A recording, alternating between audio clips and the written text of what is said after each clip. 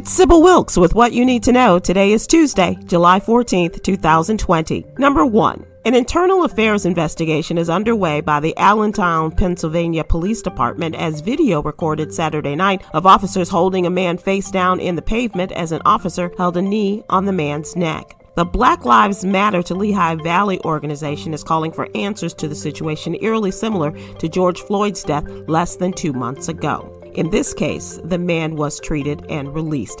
Number 2. How is it that a bump between an adult woman and a teenage girl results in a white woman, Jillian Westenberg, and her husband Eric being charged with felony assault after pulling a gun on an African-American mother and her family? Westenberg says the situation escalated as she felt the Hill family closing in on her from all sides and calling her racist and ignorant outside of a Detroit area restaurant. The Westenbergs eventually exited the parking lot but were arrested later and charged with felony assault, and they have also been fired from their jobs. Number 3. As the pandemic continues to affect Black and other communities of color disproportionately, health experts are warning of a new mental health crisis linked to the coronavirus outbreak, an increase in suicides among Black folks. Measures suggested by health officials to curb the spread of the virus, including social distancing, may lead to isolation and suicide for some people with depression and anxiety. The rise in suicides by young Black people has prompted mental health advocates to call on the federal government to pay more attention and research funding to the Black suicide crisis. Number 4. African Americans have made tremendous contributions to the military of this country. The U.S. Navy recently announced another historic military moment as Lieutenant J.G. Madeline Swegle became the first Black female tactical fighter pilot. Swegle, a graduate of the U.S. Naval Academy, will receive her Wings of Gold later this month. Congratulations and keep making us proud. Fly high, Lieutenant.